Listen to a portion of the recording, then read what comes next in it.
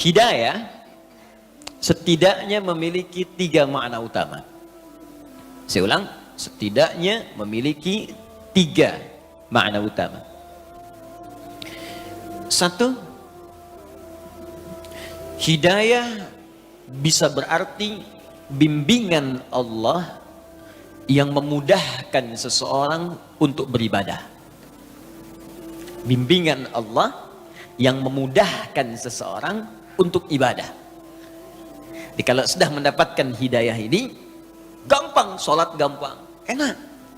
Bahkan sebelum waktu sholat sudah nanya, jam berapa sholatnya? Ini kan subuh baru selesai tadi. Ada orang baru subuh, udah nanya isya pak. Padahal baru subuh, isya nanti jam berapa katanya. Sebaliknya kalau jauh dari hidayah, itu agak repot tuh. Jangankan azan, qomat pun belum tersentuh. Ujung waktu pun belum nanya. Tapi kalau masuk Ramadan, baru sahur nanya buka. Buka jam berapa, baru sahur. Jadi hidayah, jika sudah didapatkan oleh seorang hamba, maka dia akan memberikan kenikmatan untuk mengejar kemudahan dalam ibadah. Karena itulah ketika Allah menyebutkan hidayah diberikan pada orang takwa, pertama kali kalimat hidayah ya disebutkan dalam Al-Quran. Ketika diberikan pada orang takwa, ciri orang takwa itu gemar ibadah. Itu ada di Quran surah kedua Al-Baqarah ayat 2 sampai ayat 4 itu ya. Dzalikal kitabu la raiba fi hudal lil muttaqin. Hudan itu jamak hidayah. Ya, semua isi Al-Quran jangan diragukan kandungannya. Maka Allah akan berikan hidayah, petunjuk kepada orang-orang takwa. Jadi kalau sudah mendapatkan hidayah itu, apa yang dilakukan orang ini? Maka pertama dia akan gemar menunaikan ibadah. Alladzina yu'minuna bil ghaib wa yuqimunas shalah. Maka meningkat keimanannya, dengan meningkatnya iman itu dia rajin menunaikan salat. Wa mimma razaqnahum yunfiqun. Dia senang infak. Walladzina yu'minuna bima unzila ilaik. Dia senang berinteraksi dengan apa yang diturunkan pada Nabi Muhammad, Al-Quran. Jadi kalau hidayah sudah datang, Allahu Akbar, salat rajin, jangankan fardu, sunnah diburu. Infak rajin, bahkan punya anggaran, hampir setiap hari dia cari. Ya, bahkan dia siapkan bekerja itu bukan untuk jadi kaya pak. Kalau kaya biasa.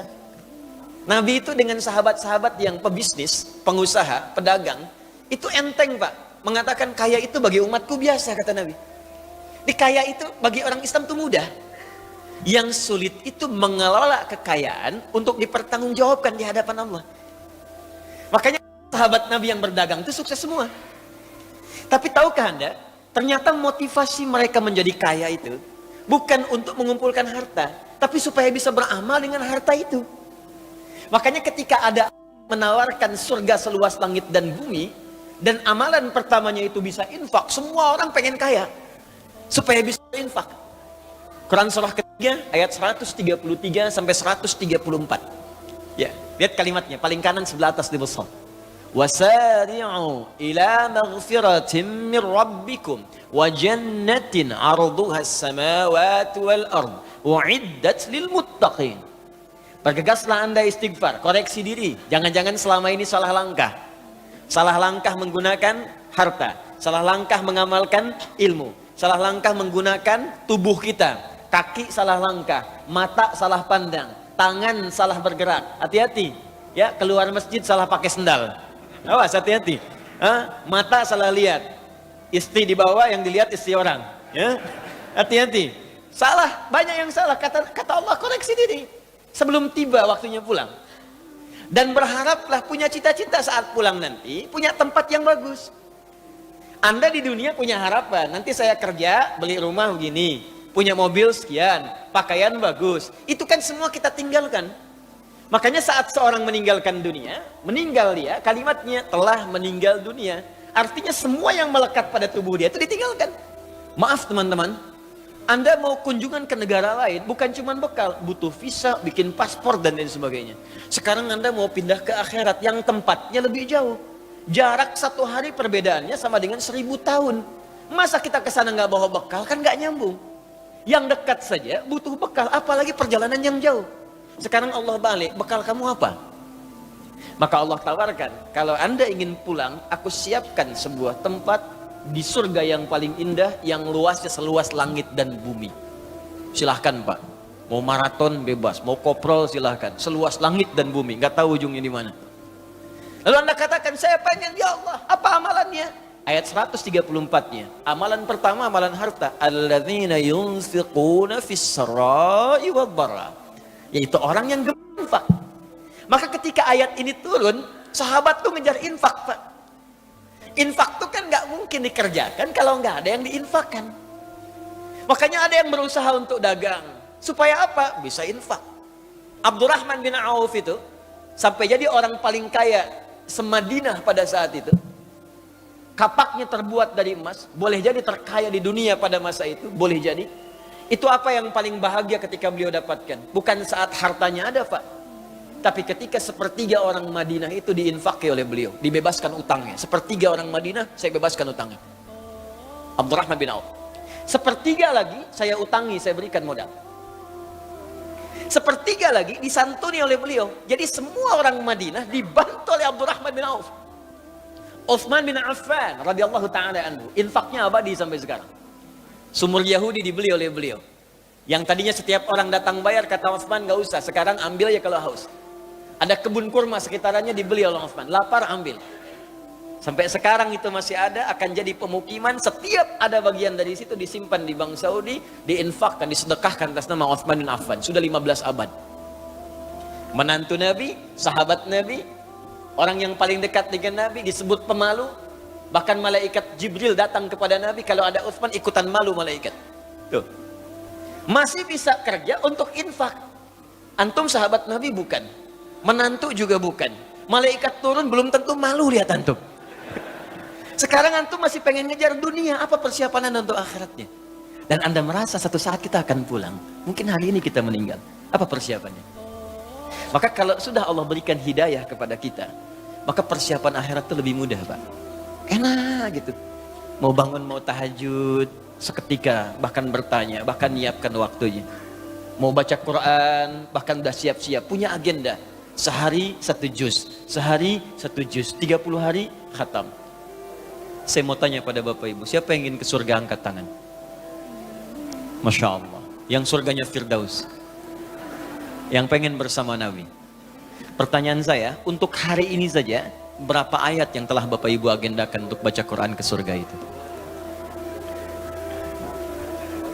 Cita-cita Firdaus bersama Nabi. Baru 1 ayat, itu pun 1 huruf lagi. Sod. Hah? Di mana persiapan kita? 1 ini. Jadi pentingnya hidayah, pertama, hidayah bisa bermakna kemudahan untuk menunaikan ibadah. 2, hidayah bisa juga berarti perlindungan yang Allah berikan untuk membebaskan dari setiap kesulitan. Perlindungan yang Allah berikan untuk membebaskan dari setiap kesulitan. Saya seringkali istilahkan solusi dari persoalan yang kita alami. Walaupun tingkat kesulitannya paling tinggi. Bapak Ibu kalau hari Jumat itu ada 2 surah dalam hadis yang diisyaratkan untuk dibaca. Ya, 1 ada Yasin, yang kedua ada Al-Kahf. Al-Kahfi, apa artinya Al-Kahfi? Gua. Kenapa disebut surat gua Al-Kahf? Karena ada kisah yang terkait dengan gua itu. Jadi gua itu bahasa Arabnya ada 2. Ada gharun, seperti di At-Taubah saat Nabi dikejar-kejar oleh orang-orang Quraisy dan bersembunyi di gua Thur. Maka Allah menurunkan sebuah kisah menyampaikan pada kita, idhuma fil ghar, gharun, idh yaqulu li sahibi la tahzan innallaha gharun, disebut gharun. Ya. Kalau Bapak Ibu misalnya ke Mekah, kemudian ke Jabal Nur itu, naik ke atas 700 meter ke atas itu, turun sedikit, itu nanti akan melihat di situ ada gua Hira, tulisannya Gharu Hira. Ya. Mudah-mudahan yang belum umrah atau haji bisa disegerakan ya. Ya, tidak cukup dengan amin, nabung. Dari sekarang, nabung, siapkan. Ya. Nah, dua, ada yang disebut kahfun, al-kahf. Kalau kahfun, itu dalamnya lebar Pak. Agak besar guanya. Sehingga yang masuk itu tidak hanya 1, 2. 3 bisa masuk, 5 bisa masuk, 7 bisa masuk. Kenapa surah ke-18 ini disebut dengan Al-Kahfi? Kahfun, bukan gharun, karena di situ akan dikisahkan beberapa orang pemuda. Ada yang menyebut 5, ada yang menyebut 7. Artinya lebih daripada 1 dan 2. Mereka dikejar-kejar, terdapat kesulitan yang luar biasa, sedang punya problem, masalah. Bahkan masalah ini bisa berpengaruh kepada jiwa. Kalau bukan intimidasi, bisa dieksekusi. Dahsyat Pak. Anda bayangkan, mohon maaf ya, beberapa orang pemuda sedang bertarung dengan nyawa. Kesulitan itu bukan kesulitan biasa. Bukan kesulitan sekedar harta benda, pekerjaan yang belum didapat, uang bulanan yang belum diraih, kesulitan di perjalanan yang terkadang dengan macet. Bukan, taruhannya nyawa. Kalau ketahuan, selesai eksekusi. Kesulitan tingkat tinggi. Lalu mereka berlindung, datang, masuk ke dalam sebuah gua. Tapi yang paling menarik, ketika Allah memberikan perlindungan kepada mereka, apa yang disebutkan oleh Allah yang menyertai perlindungan ini? Buka di ayat ke-13-nya, di paling kiri di pertengahan, surah ke-18. Innahum fityatun amanu bi rabbihim wa zidnahum huda. Mereka itu para pemuda yang sedang mengalami kesulitan luar biasa. Bahkan bertarung dengan nyawa. Taruhannya eksekusi. Tapi dia beriman kepada saya, kata Allah. Beriman kepada Rabbnya, yang disebutkan Rabb. Sifat rububiyahnya masuk di situ. Yang merawat, melindungi, memberikan bekal, mencukupkan, memberikan kenikmatan. Ketika dia beriman kepada saya, kata Allah, zidnahum huda. Aku tambahkan hudan. Jamak dari kata hidayah adalah hudan. Ketika aku berikan hudan, aku lindungi dia. Bahkan kami tautkan hati mereka. Warabatna ala qulubihim. Kami berikan kekuatan, konsistensi dalam hati mereka, dan dapat perlindungan kemudian di gua itu. Saking nikmatnya kalau sudah mendapatkan perlindungan dari Allah, Bapak Ibu sekalian, semua masalah selesai. Saya tanya pada Anda ya, maaf nih, maaf sekali. Di gua, senikmat-nikmatnya tinggal di gua, dengan tinggal di rumah, nyaman mana? Rumah. Kalau di gua itu alas tidurnya itu empuk atau kasar? Kasar, keras. Gelap atau terang? Gelap. Kok bisa ada orang tinggal di gua, katanya tempatnya keras, kasar, gelap, tapi saking nikmatnya tidur sampai 309 tahun. Ada orang tinggal di rumah yang mewah, kasurnya empuk, bahkan ada kasur itu untuk kesehatan. Kamarnya fasilitas lengkap, tapi setiap 30 detik bangun. Disibukkan oleh kesulitan dirinya sendiri. Ini orang tinggal di gua, tempatnya terlihat sempit, keadaannya keras, ya gelap, tapi bisa nikmat tidur sampai 309 tahun, gak ada yang ganggu. Dan diatur oleh Allah semua. Makannya cukup, cahaya cukup, setiap bolak-balik cahaya matahari itu masuk di setiap sudut, nikmat 309 tahun. Bisa enak aja bangun, kayaknya baru semalam kita tidur. Kalau hidayah Allah sudah datang, maka kenikmatan hidup itu akan tiba, solusi setiap masalah akan hadir, sekalipun Anda tinggal di tempat yang paling sempit, keadaan batas, tapi kalau hidayah sudah datang, maka semuanya akan terlihat mewah dan nyaman dalam kehidupan. Jadi hidayah, bagian kedua, jika kita sudah mendapatkannya dari Allah, maka dia bisa berwujud solusi dari setiap persoalan yang kita alami. Satu, bisa kenikmatan ibadah. Ibadah yang menghadirkan kemudahan. Dua, bisa jadi solusi dari setiap persoalan yang dialami.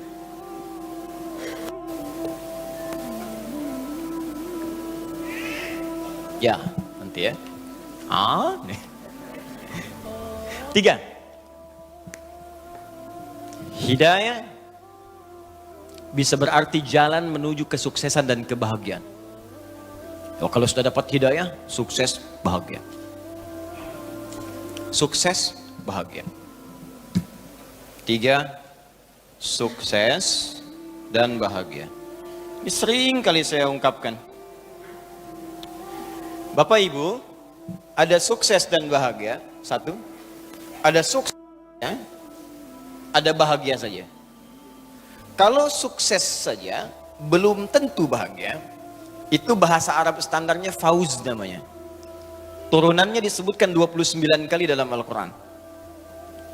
Turunan ini bisa berarti faiz, faizah, faizin. Ya, itu artinya kalau ada yang namanya fauzi, faizah, fauz, faizin, fauzan, orang yang diharapkan sukses dalam kehidupannya. Walaupun belum tentu bahagia secara bahasa.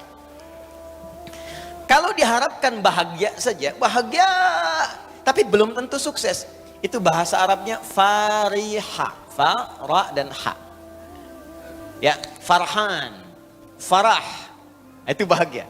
Jadi kalau yang diberikan nama farhan, diharapkan bahagia selama hidupnya, walaupun belum tentu sukses. Sekarang saya tanya, pilih mana? Sukses tidak bahagia atau bahagia tapi nggak sukses?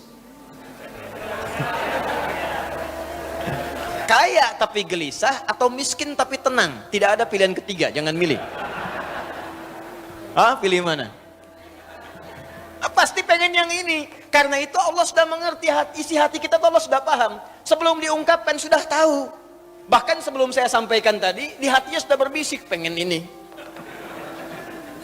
Dalam bahasa Arab, sukses dan bahagia kalau disatukan itu namanya falah. Falahun. Kalau Anda beli kamus bahasa Inggris dan Arab, menemukan kalimat falah, itu terjemahannya success and happiness.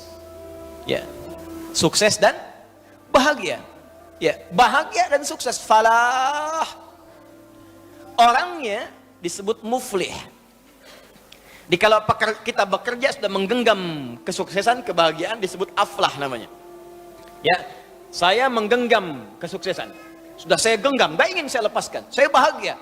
Maka tambahkan hamzah di depan awal kalimatnya, harakatnya fathah, a. Pindah ini ke sini, ini mati, sukun.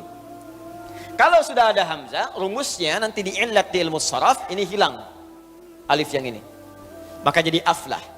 Allah berjanji setiap orang beriman, kata Allah, aku janjikan kalau dia bisa mengikuti petunjuk Allah akan menggenggam kesuksesan dan kebahagiaan.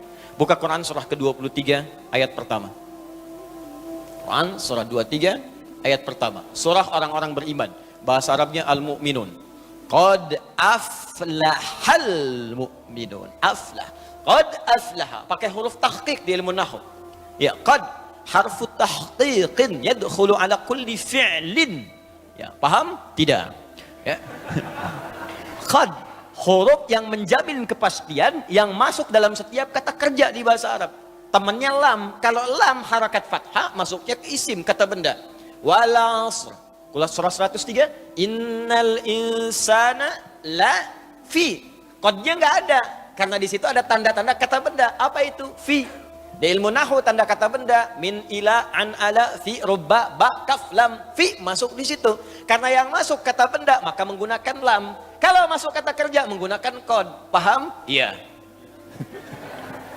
Qad aflaha, orang beriman itu kata Allah, aku pastikan, begini cara menerjemahkannya. Aku pastikan setiap orang beriman akan menggenggam kebahagiaan dan kesuksesan dalam hidupnya. Qad aflahal mu'minun. Kalau sudah bahagia, maka dirubah langsung oleh Allah, bukan pekerjaan lagi, langsung menjadi bentuk orang, subjeknya. Maka pindahlah kemudian orang-orang bahagia ini disatukanlah dengan hidayah. Jadi kalau Anda ingin mendapatkan kebahagiaan itu, pesan kuatnya, maka ambil hidayah Allah itu. Nah, hidayah ini dalam bentuk jamak bahkan diberikan oleh Allah. Disebutkanlah di Quran, surah kedua Al-Baqarah ayat yang kelima. Orang bahagianya disebut muflih, jamaknya muflihun. Al-Baqarah ayat kelima. Ulaika ala hudam mir rabbihim wa ulaika humul muflihun. Ulaika ala hudan mir rabbihim wa ulaika humul muflihun. Bahkan pakai hum. Kalau kita ngaji hum ini di ilmu nahwu, Allah bisa mengatakan begini di luar Quran. Ulaika ala hudam mir rabbihim wa ulaikal muflihun. Bisa. Tapi ketika humnya muncul, Ini bukan sekedar kata ganti atau dhamir, tapi disebut dengan taukid. Penguat. Kata Allah, perhatikan cara menerjemahkannya. Kita pakai ilmu balaghah di sini. Ulaika ala hudam min rabbihim. Mereka itu adalah orang-orang yang terus diberikan hidayah oleh Allah. Wa ulaika humul muflihun. Karena dia dapat hidayah Allah, maka aku pastikan, aku jamin, kata Allah, dia akan selalu sukses dan bahagia dalam setiap kehidupannya.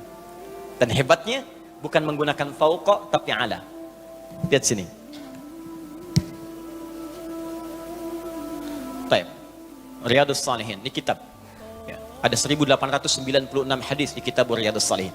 Kitab ketiga yang dikarang oleh Al-Imam An-Nawawi. Setelah At-Tibyan fi Adab Hamalatil Quran, yang kedua Al-Arba'in 42 hadis, yang ketiga Riyadhus Shalihin 1896 hadis. Sampai nanti ke Syarah Muslim 9 jilid. Saya katakan begini. Kitab, hadzal kitab fauqal maktab. Ya. Kitab ini sekarang di mana, Bu? Pak? Di atas meja. Sekarang di mana? Di atas meja. Nah, di bahasa Arab itu atas itu ada dua. Ada fauqa, ada ala. Ini fauqa namanya. Al-kitab fauqal maktab. Tapi kalau begini, ala namanya. Al-kitab ala al-maktab. Bedanya yang pertama hanya begini, yang kedua nempel, Pak. Melekat. Perhatikan ayat ini. Ulaika pakai fauqa atau ala? Ulaika ala hudam mir rabbihim. Ada orang-orang yang hidupnya ditempel oleh hidayah Allah. Jadi kemanapun dia beraktivitas, hidayah tempel. Tadi kan saya katakan, hidayah itu solusi. Hidayah itu kemudahan ibadah. Hidayah itu kesuksesan. Jadi apapun yang dia kerjakan, bahagia saja. Apapun yang dia lakukan, sukses. Di rumah tangga karena hidayah nempel, bahagia rumah tangga. Di kantor sukses. Di pekerjaan nyaman, dan ibadahnya pun luar biasa. Itu yang terjadi pada orang-orang terdahulu. Utsman kaya, Abdurrahman bin Auf kaya, Ammar bin As punya kedudukan, Muawiyah punya kedudukan, Umar jangan ditanya, Abu Bakar apalagi. Tapi tahukah Anda, di balik semua kenikmatan yang mereka rasakan itu, Al-Imam An-Nawawi menuliskan di kitab At-Tibyan fi Adab Hamalatil Quran. Kesenangan mereka, sesibuk-sibuknya Utsman, sekaya-kayanya Abdurrahman bin Auf, Tamim Ad-Dari masih sempat bangun malam setiap malam menunaikan tahajud sampai khatam Al-Quran. Inilah hidayah.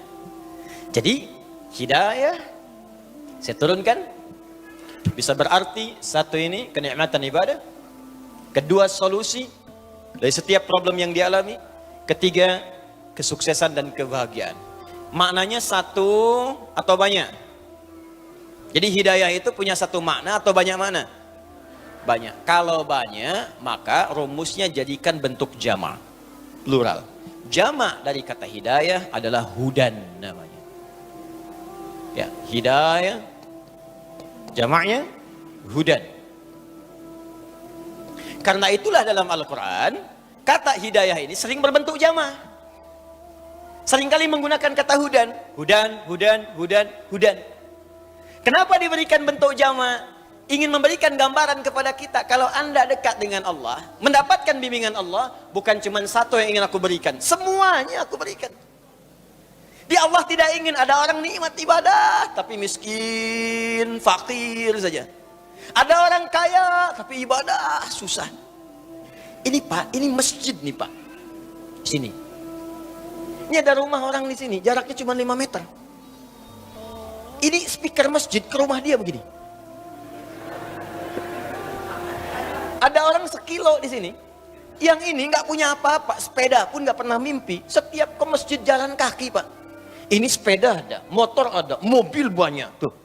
Ya koleksinya banyak, jarak cuma 5 meter. Speaker masjid ke sini, kayaknya luar biasa. Tapi untuk melangkah ke masjid sulitnya luar biasa. Dan Allah tidak inginkan itu. Makanya dijadikan bentuknya jamak. Kenapa? Sekaya-kaya pun masih nikmat ibadah. Sesulit-sulit pun masih ada solusi. Inilah rahasianya kenapa banyak kalimat hidayah dalam Al-Quran bentuknya selalu jamaah. Paham sampai sini? Nah, sekarang kalau Allah sudah tawarkan semua kenikmatan dan keistimewaan privilege ini, maka siapa di antara kita yang tidak menginginkannya? Hanya orang kurang sehat yang tidak ingin mendapat hidayah Allah Subhanahu wa ta'ala. Hanya orang yang mungkin, mohon maaf, kurang cerdas, yang tidak menginginkan hudan dari Allah Subhanahu wa taala. Ketika kita memiliki harapan-harapan apa yang ingin kita dapatkan semuanya itu, maka Allah ternyata sudah menurunkan bimbingan-bimbingan untuk meraih apa yang kita harapkan itu. Jelas sampai sini? Baik. Maka dari itu, pertanyaan pertama sudah terjawab, apa makna hidayah? Pertanyaan kedua pun sudah terjawab, ya, apa manfaat dari hidayah? Sekarang kita masuk ke bagian yang ketiga. Bagaimana cara kita mendapatkan hidayah itu? Apakah harus mencari setiap orang yang namanya hidayah? Ambil. Atau ada tips dalam Al-Quran yang bisa kita ikuti? Baik. Saya tanya dulu sebentar supaya saya bisa petakan durasi waktunya. Kita sampai jam berapa hari? 12. Oh, baik. Ya, siap. Ya. Anda sampai jam 12, saya jam 10 pulang. Harus lanjut. Ya, kita selesai jam 10 kurang seperempatan lah ya. Jadi saya bagi waktu, mungkin ada pertanyaan kita bisa diskusikan. Untuk mendapatkan hudan, setidaknya ada 2 jalan. Yang paling utama, yang disebutkan dalam Al-Quran. Ada 2 cara. Satu, jalan pertama adalah dengan cara meningkatkan takwa kepada Allah.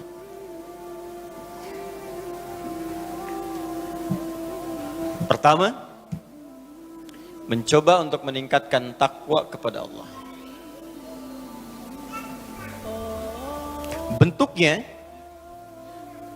lebih banyak disebutkan dalam bentuk ibadah ritual. Ibadah ritual. Persamaannya begini Pak, Bu. Semakin meningkat takwa, akan banyak semakin diberikan hudan, hidayah. Jadi kalau takwa kita meningkat, ini datang semakin cepat. Datang. Orang takwa, kalau satu orang disebut taqi namanya. Nabi Yahya alaihissalam, ketika beliau disifati oleh Allah disebut dengan taqi. Quran surah ke-19. Quran surah 19 Maryam. Dari ayat 12 sampai 15-nya. Sebelah kiri dari atas sampai ke tengah. Ya Yahya khudhil kitaba biquwwah wa atainahu al-hukma sabiyya wa hanana min ladunna wa zakatan wa kana taqiyya. Satu orang. Tapi kalau dia banyak, maka berubah kalimatnya dari taqi menjadi muttaqin. Ya, jadi apa? Muttaqin. Karena itu muttaqin diartikan orang-orang yang takwa. Jamak bentuknya. Muhammad imamul muttaqin. Muhammad imam para orang-orang takwa. Ya, ada yang namanya demikian. Muttaqin, orang-orang yang takwa. Ketika Allah menyebutkan kalimat muttaqin pertama dalam Al-Quran, itu disandingkan dengan kalimat hudan. Silahkan cek Al-Baqarah ayat kedua. Paling kiri sebelah atas, di mushaf. Dzalikal kitabu la raiba fihi hudan lil muttaqin. Jadi kalimat muttaqin ketika disebutkan dalam Al-Quran pertama kali, yang pertama kalimat muttaqin, ya, itu disandingkan dengan kalimat hudan. Bahkan saking spesialnya dikasih alif lam. Bukan muttaqin biasa. Alif lam itu kalau di ilmu nahwu disebut ta'rif. Ada ta'rif, ada istighraq. Ta'rif menunjukkan spesial, khusus. Beda dengan orang biasa. Kata Allah, aku akan berikan hudan kepada orang-orang spesial di kalangan orang takwa. Jadi takwa itu spesial, Pak, Bu. Kalau Anda ingin masuk golongan spesial yang disebut spesial oleh Allah, masuk golongan ini. Ya, VVIP. Kan lain, Pak, kelasnya. Anda masuk ke sebuah ruangan, sebuah tempat, ke bandara, VVIP mah lain sendiri. Masuk udah ada protokolnya, tempatnya enak, kadang nggak ngantri juga. Nah, ini ada orang VVIP dalam pandangan Allah. Siapa orang-orang ini? Ini al-muttaqin. Bahkan semua isi Quran itu jadi petunjuk buat dia. Karena itu ketika Allah katakan dzalikal kitabul la raiba fi, semua isi Quran jangan diragukan. Bahkan semua isi Quran akan jadi hudan, jadi petunjuk untuk dia. Saking spesialnya. Nah, sekarang ada rumus dalam ilmu Quran ditafsir begini. Kalau Allah menunjukkan atau memberikan isyarat kalangan spesial tertentu, maka jangan disimpulkan bahwa itu hanya diberikan pada golongan khusus saja. Cara menyimpulkannya, kita diajak untuk masuk dalam golongan itu. Contoh, ibu kenal Maryam? Kenal. Baik ya, bapak-bapak nggak kenal, ibu-ibunya kenal Maryam. Alhamdulillah, hanya di Nurul Hidayah ibu-ibunya kenal Maryam. Maryam anaknya Imran. Imran menikah dengan Hannah, melahirkan Maryam. Maryam itu kalangan spesial. Saking spesialnya banyak keistimewaan yang melekat pada beliau, bahkan disebutkan tidak akan pernah diberikan pada perempuan lain selain Maryam saja. Apa yang beliau dapatkan? Setidaknya dua. Yang pertama, bisa mengandung, melahirkan tanpa disentuh lelaki manapun. Bahasa Qur'annya tanpa disentuh, walam yamsasni bashar. Dan disebutkan nama dengan bintinya, wa Maryam ibnata Imran, Maryam binti Imran. Di kaidah tafsir disebutkan kalau ada peristiwa disebutkan namanya lengkap dengan bintinya, maka peristiwa itu hanya akan terjadi pada orang itu saja, tidak akan berlangsung kemudian pada orang yang lain. Makanya langsung disebutkan ini Maryam binti Imran. Yang mengalami ini cuma Maryam binti Imran saja, yang bisa mengandung, melahirkan tanpa disentuh laki-laki manapun. Kalau yang mengandung, melahirkan tanpa bapak, banyak. Tapi yang tidak disentuh laki-laki manapun cuma Maryam binti Imran. Supaya nanti tidak ada orang mengaku di kemudian hari, saya pun Maryam kok. Bisa mengandung, bisa melahirkan, iya. Tapi bukan tidak disentuh, tanpa bapak.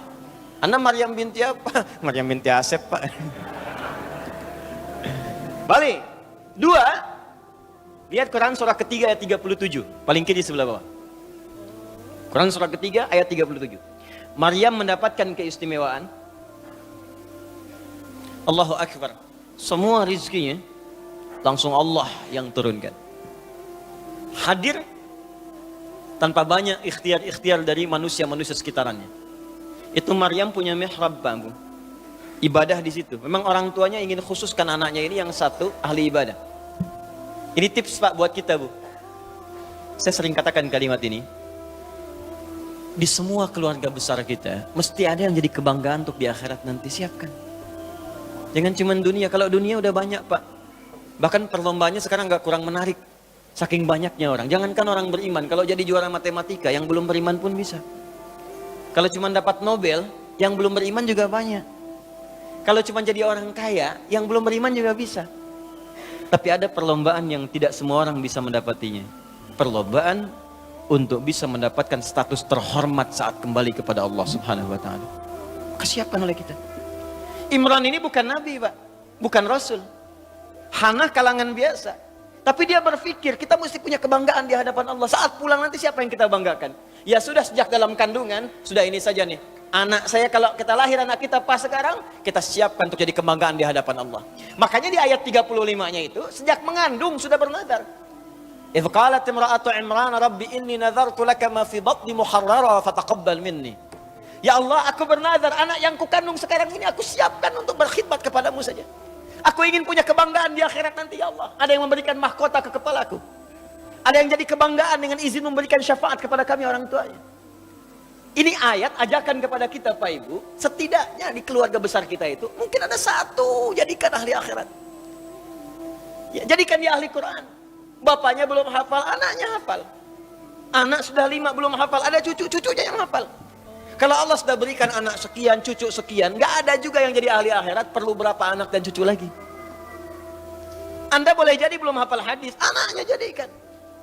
Kalau perlu jadi dokter yang hafal Quran, insinyur yang hafal Quran, polisi yang hafal Quran, tentara yang hafal Quran, gubernur hafal Quran, presiden hafal Quran, jadikan. Silahkan raih dunia kita dengan ridha Allah, dengan kemuliaan akhirat yang dijanjikan. Dapatkan itu. Nah, kalau kita sudah siapkan itu, Allah akan permudah. Apa di antara kemudahannya? Rizkinya Allah siapkan. Jadi kitanya nggak susah. Demi Allah saya katakan, kalau ini rumus diikuti oleh kita, itu dimudahkan oleh Allah. Dunianya sukses, akhiratnya dapat. Apa jadinya? Lihat ayat 37-nya. Fataqabbalaha rabbuha biqabulin hasanin wa ambataha nabatan hasana wa kaffalaha Zakaria. Kullama dakhala 'alaiha Zakaria al-mihraba wajada 'indaha rizqa.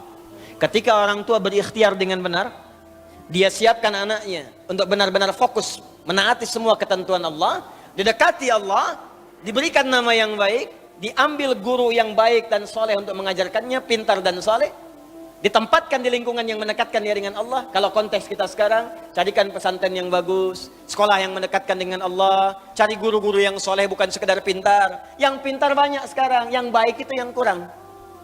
Yang cerdas banyak, yang soleh yang dibutuhkan sekarang.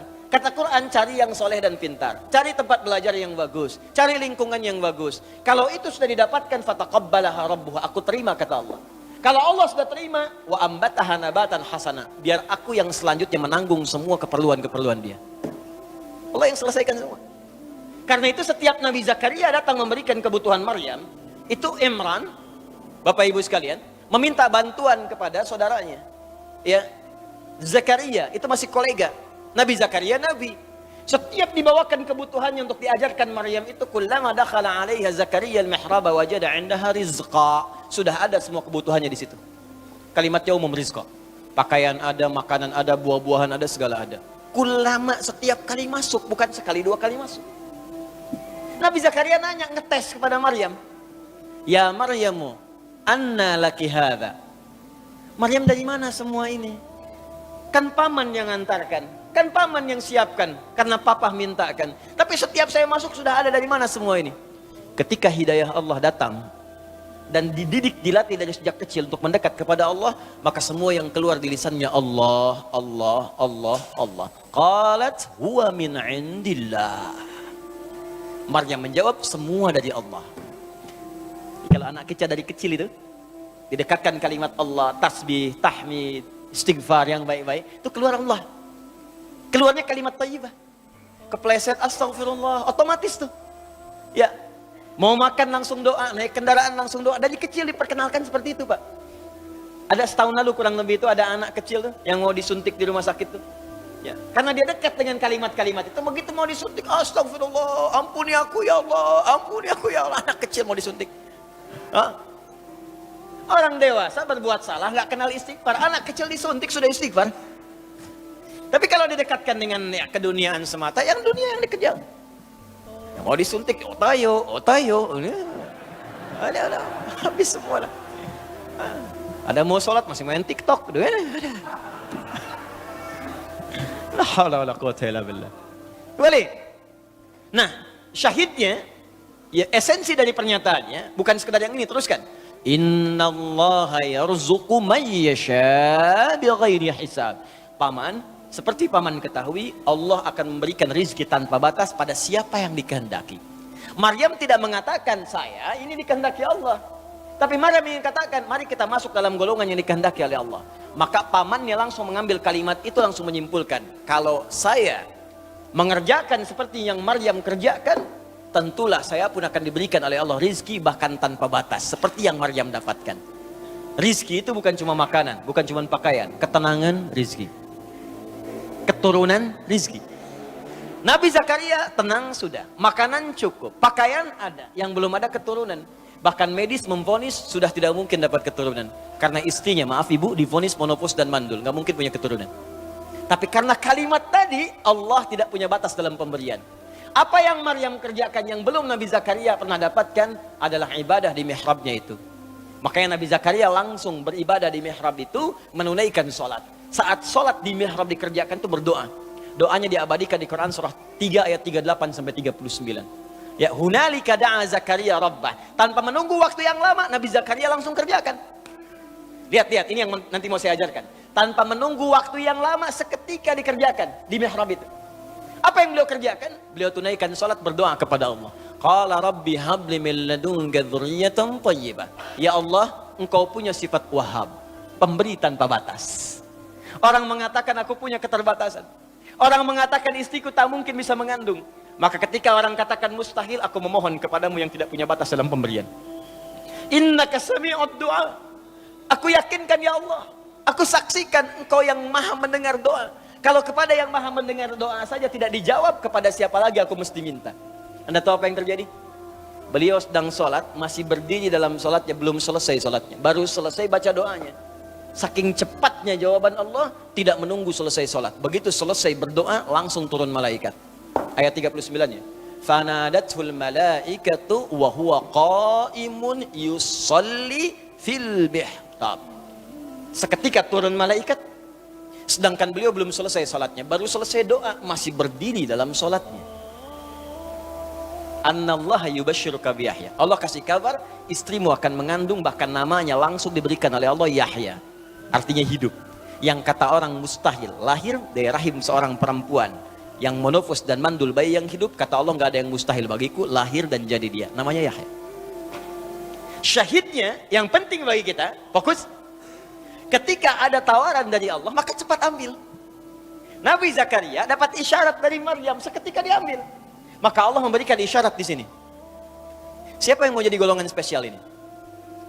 Siapa yang ingin masuk dalam golongan muttaqin, yang mendapatkan hudan, dapat segala kenikmatan ini, kenikmatan ibadah, solusi persoalan, sukses dan bahagia? Ketika Allah menawarkan dan memberikan isyarat dalam kalimat al-muttaqin, maka rumus Qur'annya cepat ambil ini, cepat dapatkan. Setiap ada peluang, cepat raih. Nah, ini sekarang persoalan kita sekarang. Ketika Allah meminta kita cepat mendapatkan itu, ada banyak orang yang menjauhinya. Katanya ingin kaya, dikasih jalan kaya, nggak diambil. Katanya ingin bebas dari masalah, diberikan solusi, nggak dikerjakan. Katanya ingin tenang, diberikan jalan ketenangan, tidak ditempuh. Atas mau kamu apa, Joni? Oke, nah sekarang jalannya sudah ada, muttaqin. Pertanyaan, siapa muttaqin itu? Maka tidak disebutkan kalimat muttaqin kecuali bersanding dengan ibadah. Lihat ke atasnya. Takwa bersamanya ibadah. Maka ketika Allah menyebutkan kalimat muttaqin pertama di ayat ini, dilanjutkanlah di ayat ketiga dan keempatnya. Perhatikan kalimatnya. Ayat ketiganya, alladzina yu'minuna bil ghaib wa yuqimunas. Salat itu bukankah ibadah ritual? Orang takwa itu dia beriman. Dia tingkatkan imannya dengan mengerjakan amalan. Apa amalan pertama orang takwa? Salat. Pak, Bu. Salat. Ini poinnya.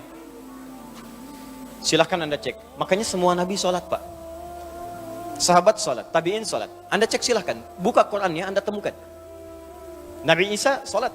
Buka Quran surah 19 ayat 31 sampai 33. Nabi Musa salat. Buka Quran surah ke-20 ayat ke-14. Innani anallahu la ilaha illa ana fa'budni wa aqimis salata lidzikri. Kalimat Allah kepada Nabi Musa. Nabi Ismail salat. Bahkan minta keluarga besarnya salat. Buka Quran surah 19 ayat 55. Wa kana ya'muru ahlahu bis shalah. Dan Nabi Ismail itu meminta semua keluarganya salat. Bahkan wahyu yang diwahyukan pada Nabi Muhammad, itu kata Allah sama persis perintah-perintahnya seperti nabi-nabi dulu. Dari sejak Rasul pertama diutus Nabi Nuh. Nabi Adam Nabi, bukan Rasul. Ya, saya pernah jelaskan ini. Kalau Nabi diberikan risalah, misi untuk pribadinya saja. Dengan yang terdekat. Kalau Rasul diberikan misi untuk umat. Kenapa Nabi Adam bukan Rasul tapi Nabi? Karena saat Nabi Adam turun, umat belum ada. Yang ada cuma Adam dan Hawa. Ya, umatnya nggak ada, makanya adanya Nabi. Nuh alaihissalam sudah ada umat. Diangkatlah jadi Rasul. Ketika Allah menyebutkan wahyu yang diberikan pada Nabi Nuh, itu sama persis dengan Nabi Muhammad. Hanya Nabi Muhammad lebih sempurna. Dari mana taunya Ustaz? Buka Quran surah keempat ayat 163. Paling kiri sebelah atas di mushaf. Quran surah keempat An-Nisa ayat 163. Inna auhayna ilaika. Muhammad, sungguh ta'zimun nafsi, pakai inna. Sungguh dengan keagunganku, kata Allah. Dengan segala kedahsyatan yang aku berikan kepada setiap rasulku. Perhatikan, aku berikan wahyu kepadamu sama persis kama auhayna ila nuhin wan nabiyyina min ba'di. Sama persis yang aku berikan kepada Nuh alaihissalam dan nabi-nabi setelahnya sampai kepada engkau Muhammad sallallahu alaihi wasallam bin Abdullah bin Abdul Muttalib bin Hashim bin Abdul Manaf bin Qusay bin Murrah bin Kilab bin Ka'ab bin Ghalib bin Fihr bin Malik bin Nadar bin Kinana bin Khuzaimah bin Mudrika bin Ilyas bin Nizar bin Mudar bin Ma'ad bin Adnan bin Addi bin Adri bin Muqawwam bin Nahur bin Tarikh bin Ya'rub bin Yasub bin Nabit bin Ismail alaihissalam bin Ibrahim alaihissalam bin Azar aw bin Nahur bin Tari bin Abir bin Kinan bin Arfakhshad bin Sam bin Nuh alaihissalam bin Mihlail Batushala bin Kinan bin Anwas bin Tis bin Adam alaihissalam. Coba ulangi. Sama persis. Jadi Nabi semua sholat sebelumnya. Sholat. Untuk apa? Meningkatkan takwa. Kenapa mesti takwa? Supaya mudah. Makanya ketika Allah menyebutkan kalimat takwa, kemudahannya datang. Buka Quran surah ke-65. Di ayat 2 dan 3. Wa may yattaqillaha yaj'al lahu makhraja wa yarzuqhu min haitsu la yahtasib. Siapa yang mampu meningkatkan takwa, aku berikan solusi. Semua kesulitannya aku mudahkan. Aku kirimkan rezeki bahkan dari sisi yang tidak dia duga. Anda ingin bahagia? Takwa. Lihat akhir ayat 189 di surah Al-Baqarah. Lihat ujung ayatnya. Wattaqullaha la'allakum tuflihun. Kalau kamu ingin takwa, kalau kamu ingin bahagia kata Allah, ingin sukses, tingkatkan takwa. Anda masih belajar di kampus, pengen pintar, ilmu pengen cepat datang, Allahu Akbar, takwa juga. Buka Quran surah kedua, di akhir ayat 282, paling kiri sebelah bawah, persis paling bawahnya. Wattaqullah wa yu'allimukumullah. Tingkatkan takwamu kepada Allah, aku tambahkan pengetahuan. Datang, min ladunna ilma, dari kami, makanya disebut ilmu laduni. Bukan gak belajar, dia ikhtiar. Dia belajar, dia mendekatkan takwa kepada Allah, tapi proses pembelajarannya dipercepat oleh Allah karena takwanya. Logikanya begini, logikanya. Anda dekat dengan pimpinan, akses mudah. Dekat dengan dosen, mudah belajar. Ya, dekat dengan orang-orang berpengaruh, dapat bagian kemudahannya. Anda dekat dengan Allah, apa yang tidak mudah bagi Allah? Bukankah Allah Razzaq, pemilik rezeki? Bukankah Allah Alim, pemilik ilmu? Sekarang ada orang dekat dengan Allah, ya gampang Allah kasih segalanya. Makanya orang dulu Pak, orang dulu itu punya keistimewaan sampai taraf nomor 5. Orang pintar sekarang dari segi ingatan cuma 4 bagiannya. 1, cepat ingat, lambat lupa. Cepat ingat, lambat lupa. Yang kedua, cepat ingat, cepat lupa. Yang ketiga, lambat ingat, lambat lupa. Masih agak lumayan. Yang keempat, ini yang susah. Lambat ingat, cepat lupa. Ingatnya lambat, saya udah nerangin sejam lebih nih. Paham? Belum. Begitu paham, keluar masjid lupa. Tapi yang kelima, ini yang sering saya sampaikan, hampir jarang sekarang ada. Cepat ingat, sulit lupa. Jadi mau lupa itu susah Pak. Bukan mau ingat, mau lupa susah. Saking gampangnya ingat, sekali baca ingat, seketika. Imam Al-Bukhari itu dibacakan sekali, langsung masuk. Imam Syafi'i bacakan sekali, masuk. Hafal Quran usia 7 tahun, 10 tahun Al-Muwatta. Al-Muwatta lebih tebal daripada ini. Hafal. Al-Bukhari itu dibacakan, hafal seketika. Diuji Pak di Irak, datang ke sana. Katanya mau silaturahim, begitu datang, kayak sidang ujian. Yang uji langsung 10. Bukan cuma 3-4 lagi, 10 orang ulama terbesar. Diuji hadis. Katanya ini anak muda hebat hadisnya. Di letter U Pak, beliau duduk di sini. Dikelilingi ulama begini. Setiap orang menguji 10 hadis. Setiap hadisnya diacak orang-orangnya, sanadnya. Matanya diacak, sanadnya diacak. Isinya diacak, sanadnya pun diacak. Setiap orang. Begitu satu orang menguji dengan 10 hadis, silahkan. Apakah menurut anda hadis ini benar? Kata Al-Bukhari, sebentar, teruskan dulu aja 10-10-nya, biar sekalian. Teruskan 10-10-nya biar sekalian. 10 kali 10, 100. Begitu selesai kemudian diulang dari awal sampai akhir tanpa salah sedikit pun. Yang ini sanadnya benar tapi matanya salah. Yang ini matanya benar tapi sanadnya salah. Ini ada yang ketukar. Ini bagian ini bukan ini bukan ini, bukan ini. Semuanya. Sampai diakuilah. Kemudian ditetapkan pada saat itu dengan Imam Muhaddithin. Al-Bukhari. Nabi bukan, Rasul bukan. Dipercepat oleh Allah. Jadi kalau takwa itu sudah meningkat. Apa rahasianya? Takwa meningkat, datang semua ini. Nah, sekarang kalau anda tanya, amalan takwa itu apa? Pertama sholat. Sholat Pak. Makanya ketika Allah memaksa kita untuk sholat dengan hukum wajib, sebetulnya bukan ingin membebani Pak. Saya sering sampaikan kalimat ini. Kalau orang paham hikmah sholat, dia akan tunggu dan rindu dengan sholat. Karena tahu setiap menunaikan sholat bukan beban kewajiban, bukan bebannya. Allah nggak butuh dengan ruku anda. Dan Allah tidak butuh dengan sujud kita. Kita yang butuh dengan sholat kita. Makanya ketika ada orang bertanya, ya Allah kenapa sih mesti sholat? Maka Allah perdengarkan di setiap telinga kita. 24 jam tak berhenti. Ya, telinga bahasa Arabnya udhun, jamaknya disebut azan. Maka ada azan yang dikumandangkan setiap hari. 5 kali dalam setiap pergantian waktu. Subuh ganti ke siang, zuhur, azan lagi. Ganti ke asar, azan. Ganti ke maghrib, azan. Bahkan mau malam pun masih azan, diperdengarkan. Yang paling dahsyat, azan tidak pernah dalam waktu bersamaan semuka bumi. Selalu ada perbedaan. Tanah Kusir azan, tiba-tiba Jakarta sana azan. Jakarta selesai masuk Tangerang adzan, Tangerang adzan sampai ke Serang adzan, Serang adzan selesai Banten, Pandeglang adzan. Terus ternyata semuka bumi 24 jam adzan tidak pernah berhenti. Apa itu adzan? Bukan sekedar panggilan, tapi kalimat yang ingin disampaikan pada setiap orang yang mempunyai telinga dan pendengaran. Adzan. Ketika diperdengarkan, ada syahadat, Allahu Akbar, Allahu Akbar. Makanya tidak sedikit ada orang-orang itu, Pak Ibu sekalian, masuk Islam karena dengar adzan. Dulu pernah ada orang, cuma nonton dia kuliah tuh di luar negeri. Ya, kemudian di flatnya itu bukan cuma orang Islam, ada temannya non-Muslim. Yang Muslim ini bagus nih, bisa dibiasakan. Dia terbiasa dengan hal-hal Islami. Bahkan tayangan TV pun dia putar yang channel One itu dari Mekah tentang sholat, baca Quran. Ini bisa kita biasakan. Ke kantor, kalau sedang senggang baca mushaf, baca hadis. Mungkin bagi sebagian orang dengan izin Allah dapat hidayah lewat kebiasaan kita. Begitu sedang membuka tayangan itu, muncullah sedang sholat isya, tayangan persiapan sholat isya langsung dari Masjidil Haram. Yang non muslimnya tiba-tiba datang, yang muslim itu cuma iseng nanya begini, kawan, menurut kamu berapa jumlah orang yang ada di masjid itu? Temannya bilang begini, ya mungkin 1000, 2000 lah. Ya. Apa jawab yang si muslim ini? Ada di sana sekarang setidaknya 500.000 orang sebelum dilakukan perluasan. 500.000 orang.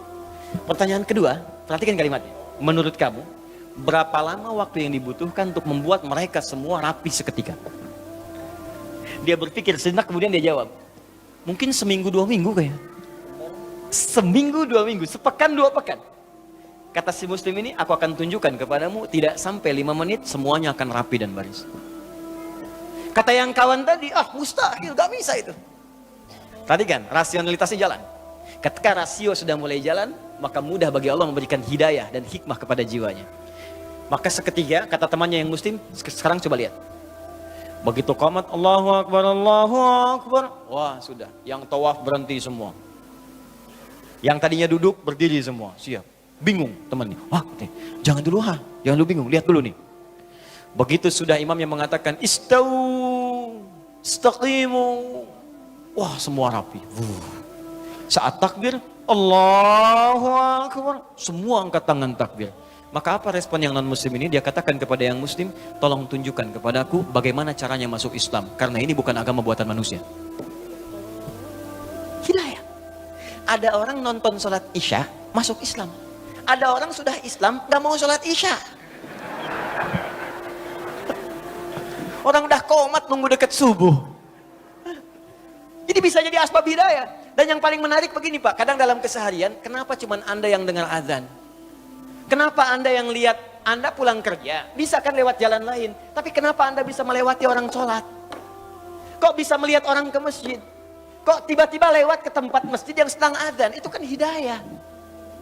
Sebetulnya Allah sedang jemput kita. Ketika Anda bertanya, kenapa kami sholat ya Allah? Dijawab lagi di suara azan. Hayya 'alas shalah. Kenapa sholat ya Allah? Teruskan. Hayya 'alal falah. Tuh, falah. Sukses dan bahagia. Ketika engkau bertanya, kenapa kami mesti sholat? Aku jawab, kata Allah, suara muadzin tuh. 24 jam aku perdengarkan padamu. Tanpa putus. Supaya kamu bahagia. Supaya kamu senang. Supaya kamu lancar. Supaya kamu gak punya masalah. 24 jam. Kalau sekali diingatkan, belum sadar, mungkin wajar. 24 jam diingatkan, gak sadar-sadar. Anda manusia bukan. 24 jam. Datang terus, kedengaran terus. Gak sadar juga. Perlu apa lagi? Di sekarang yang salah siapa? Jangan lagi Anda salahkan Allah. Ya Allah, kenapa saya mesti begini? Why me ya Allah? Why not, kata Allah. Kamu saya kasih gak diambil-ambil. Makanya kalau kita sadar, cara berpikirnya begini. Sholat membuat kita bahagia. Maka semua orang akan menunggu waktu sholat. Karena itu ketika Anda punya masalah, kalimat sholat itu ketika disebutkan di Quran, bersanding dengan solusi. Quran surah kedua ayat 45. Wasta'inu bis-sabri was. Kalau engkau punya masalah, kata Allah, maka minta kepadaku. Sabar terima masalahnya, karena semua orang punya masalah. Bukan Anda saja, kata orang, semua orang hidup punya masalah. Perhatikan Quran surah kedua ayat 155. Walanabluwannakum bisyai. Semua orang yang hidup, kata Allah, aku akan uji dengan persoalan. Diuji dengan masalah. Masalah ini aku turunkan, bukan ingin membuat hidupnya bermasalah. Perhatikan bahasa Qurannya. Tapi ingin meningkatkan kualitas hidupnya. Sebab kalau hidup nggak ada ujian, kualitasnya nggak meningkat. Anak SD itu masuk SMP kalau sudah lewat ujian. Harus diuji supaya kadar keilmuannya bisa diketahui layak untuk masuk SMP. Kalau nggak ada ujian, nggak ketahuan peningkatan ilmunya. SMP ke SMA ada ujian.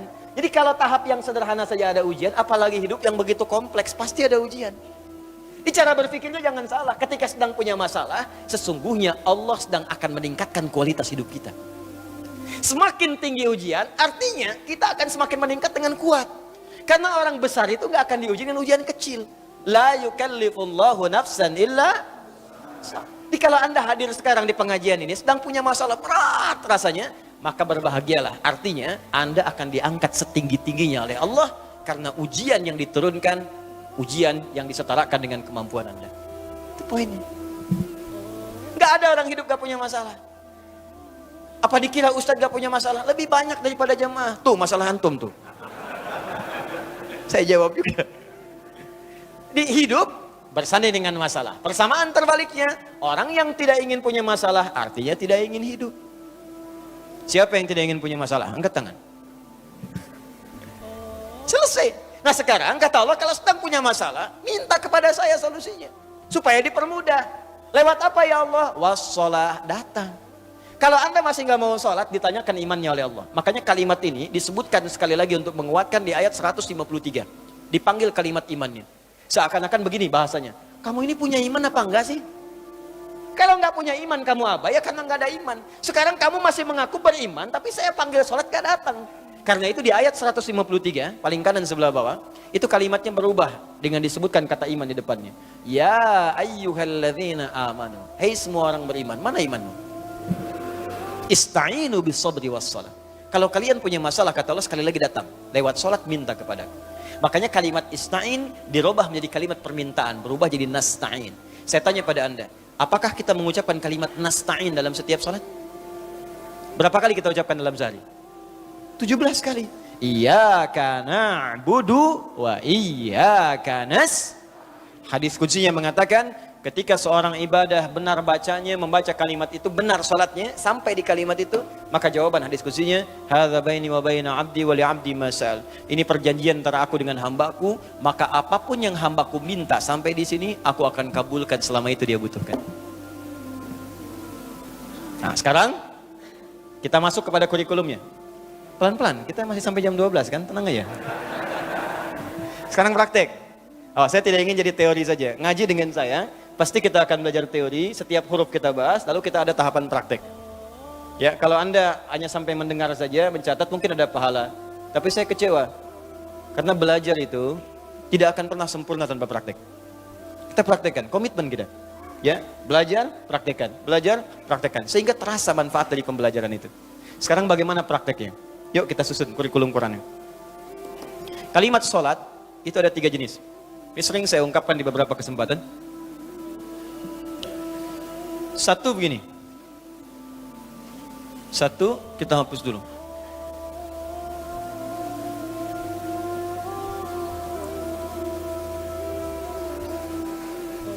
Alhamdulillah. Berikan hidayah ya Allah. Satu, datang sendiri, angkat sendiri, nulis sendiri, ngapus sendiri, bawa kameramen sendiri. Ya, udah rekam. Jamaah tinggal duduk, lihat, ketawa, masuk surga, enak banget. Aduh. Ayo kali pelam. Sini. 1, 2, 3, ada 3 jenis. Ada yang begini, shad, lam, alif, ta, marbutah. Ya. Ini saya agak cepat, jadi khotnya ya sekedarnya saja. Ada jenis khot ruk'ah, ada nasakh, ada thuluthi, ada diwani. Yang ini yang terbaru, khot saka namanya. Apa namanya? Saka hoyong. Ini. 1, 2, 3. Yang ini bentuknya tunggal, 1. Tapi kalau ada kalimatnya seperti ini 1 kali. Singular.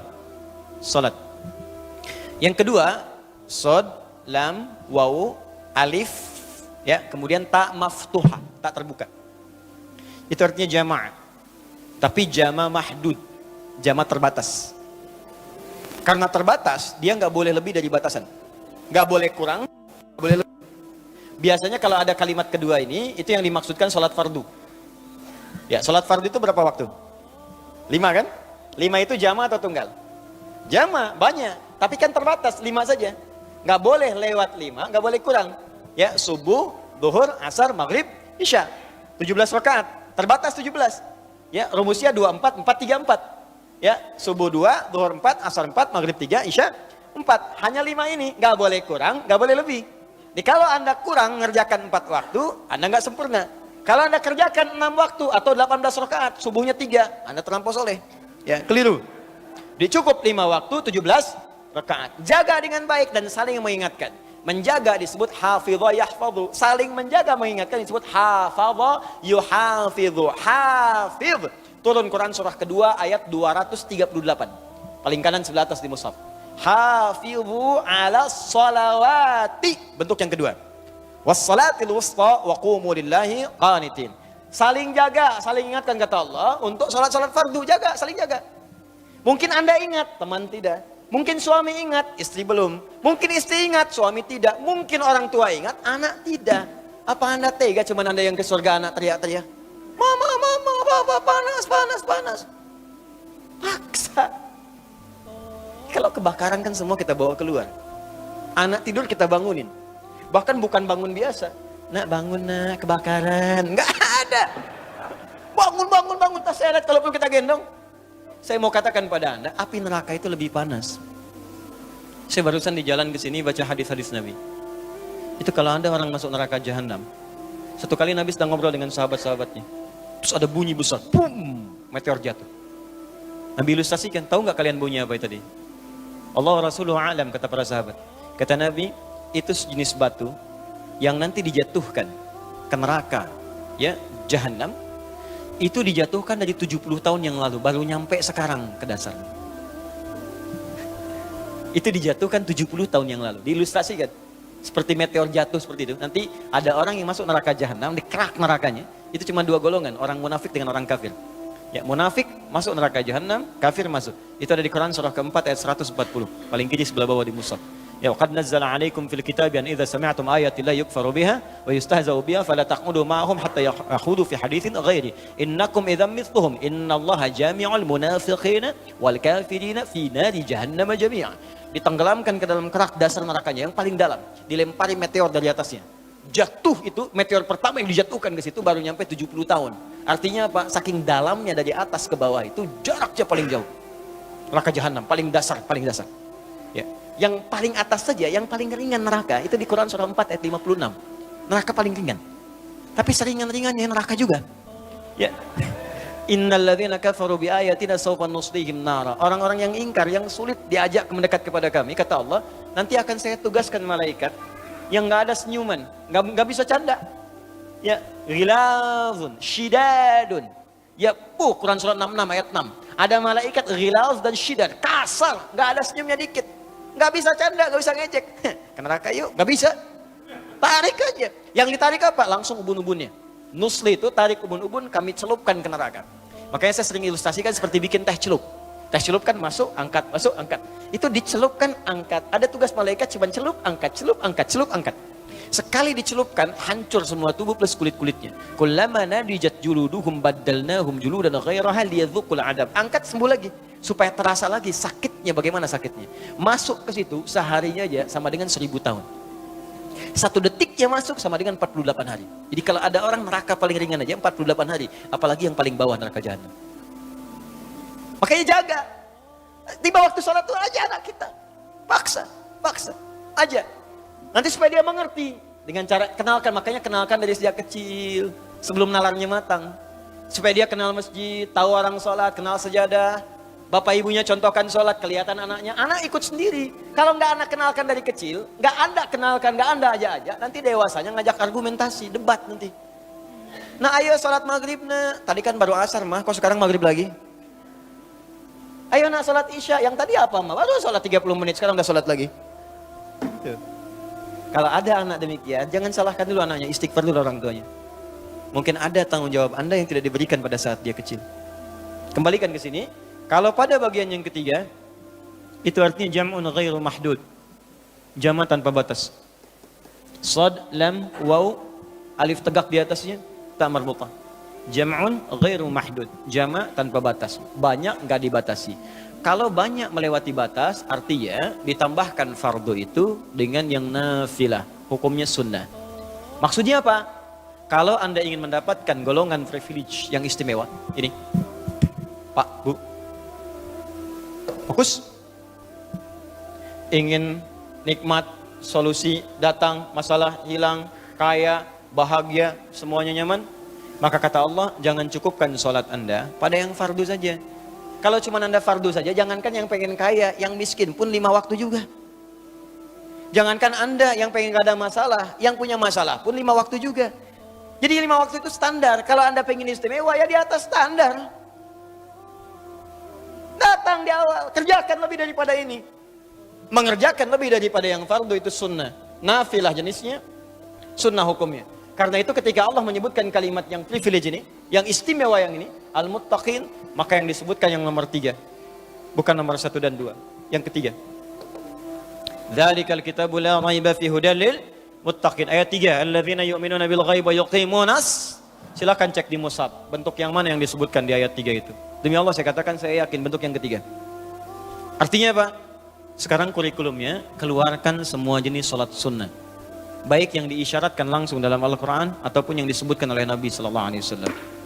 Contoh, yang disebutkan langsung dalam Al-Quran tahajud misalnya. Mulai sekarang bangun tahajud. Bangun malam, Pak. Alhamdulillah. Bahkan ketika Allah menyebutkan tahajud, itu diberikan keistimewaannya langsung. Kata Allah, tidaklah seorang menunaikan tahajud kecuali aku berikan 4 hal. Yang tidak diberikan pada yang tidak tahajud. Jadi Anda khusyuk sehusyuk apapun, 5 waktu, khusyuk sampai nangis. Ya sampai macam-macam, tetap gak akan dapat 4 ini kalau gak tahajud. Ya, buka Quran surah 17, ayat 79 sampai 81. Wa minal laili fatahajjad, dan dari sebagian malam bangun tahajud. Aku gak tuntut semua malamnya, kata Allah, bangun dulu sebagian malam. Ingat ya, ada lail, ada lailah, saya pernah terangkan. Kalau lail itu waktunya, lailah keistimewaannya. Jadi kalau sudah pakai tak itu sifat. Kalau menunjuk waktu. Lailah sifat di malam itu yang istimewa, beda dengan malam lainnya. Makanya ketika Allah menyebutkan malam Al-Qadar itu pakai tak. Inna anzalnahu fi lailatul qadar. Pakai tak. Wa ma adraka ma lailatul qadar. Pakai tak. Kalau enggak pakai tak itu artinya malam, setiap malam terbuka. Ya, lail, jamaknya layali. Lailun, layali, lela, lili, lala itu malam. Ya, ibu Leli, ibu malam-malam. Ya, fokus. Wa minal laili, minnya tab'id di ilmu nahu. Sebagian, nggak usah semua. Ya, dari jam 8 tuh udah malam. Ya, sampai jam 4 tuh malam. 4 sampai setengah 5, setengah 5-nya subuh. Jam 4 sampai setengah 5 disebut sahar, waktu menjelang subuh. Baik, malam panjang tuh. Kata Allah, saya nggak tuntut semua, silahkan tidur dulu. Nanti malamnya bangun, ambil sebagian aja. Kalau masih latihan, kata Nabi, jangan tinggi-tinggi dulu. Nggak apa-apa 15 menit, 30 menit, untuk latihan dulu. Ya, bangun di malam hari setelah istirahat disebut hajada namanya, hajad. Ha, jimdal, ha besar jimdal. Hajada itu bangkit setelah beristirahat di malam hari. Jadi, kalau mau tahajud tidur dulu. Tidur dulu, kalau nggak tidur bukan tahajud namanya. Qiyamul lail saja, qiyam, bangun saja, nama umum. Ya, qiyam. Tapi kalau Anda mau tahajud, istirahat dulu. Supaya apa? Supaya tahajudnya itu ditunaikan dengan sempurna. Fresh, fokus, ngantuknya hilang dulu. Bangun. Hajada. Kalau Allah minta misalnya, usaha bangun. Usaha di ilmu sharaf tambahkan tak di depannya. Ini. Kalau usahanya mesti kerja keras, karena tidak mudah untuk bangun. Mesti ada tantangan. Syiddah, keras, kejam. Maka tambahkan tasydid di huruf sebelum akhirnya. Huruf akhirnya dal, sebelum akhir jim. Maka tambahkan tasydid. Di fikih lughahnya. Kalau cuma pakai tajwid itu 2 huruf yang disatukan. Jim berharakat dengan jim mati, satukan pakai tasydid. Tapi kalau Anda ngaji balaghah, maka ditemukan di fikih lughah, syiddah menunjuk pada sesuatu yang tidak mudah dilakukan. Seakan memberikan gambaran begini, hey, apa Anda kira mudah ingin mendapatkan jadi istimewa? Tidak, berjuang dulu kata Allah. Kalau gampang semua dapat. Berjuang, berusaha bangun malam. Tapi tidak mudah dikerjakan. Allah ingatkan, berusaha tapi tidak mudah untuk dikerjakan. Mungkin bangun pertama masih ngantuk karena nggak pernah bangun malam. Bangun masih begini dulu. Duduk begini. Bangunnya 2:30, duduk. Begitu bangun begini jam 5.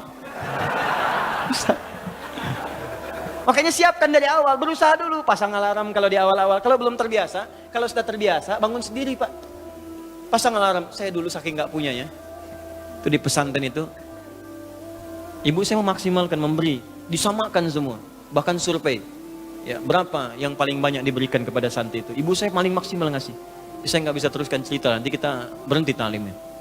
Ya. Kemudian saat sebagian orang beli alarm, saya waktu itu nggak punya untuk beli. Saya datangi guru saya, salah satu guru tafsir. Pak, saya pengen tahajud, tapi saya nggak bisa beli alarm, nggak punya uangnya, saya bilang. Nah, ini pesan guru saya. Alarm terbaik, alarm yang Allah berikan. Kau minta sama Allah. Maka saya berdoa. Ya Allah, saya pengen bangun jam 3 nanti tahajud. Betul bu, Pak.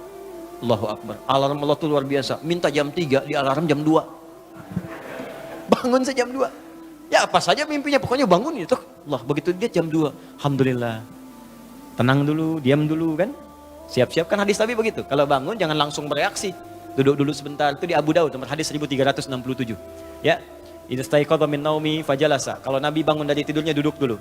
Famasaha biyadi min athari naumi, maka mengusap dengan tangan yang diduga paling bersih. Awas. Sebagian bekas ngantuknya. Hilangkan dulu. Setelah ngantuknya hilang baru doa. Jangan ngantuk berdoa yang enggak nyambung. Masih ngantuk. Alhamdulilladzi ahyana. Badana amatana amat dia begini kan, enggak bangun-bangun. Ya.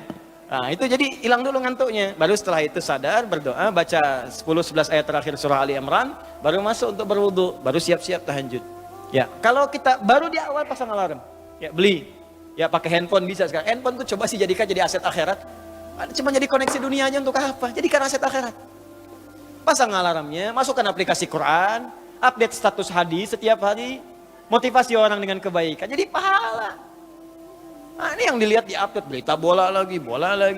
MU dapat gelandang baru, ini. Kemarin menang 6-0, melawan Manchester City menang 1-0, tapi agregat kalah 3-2, nggak masuk final. Hafal.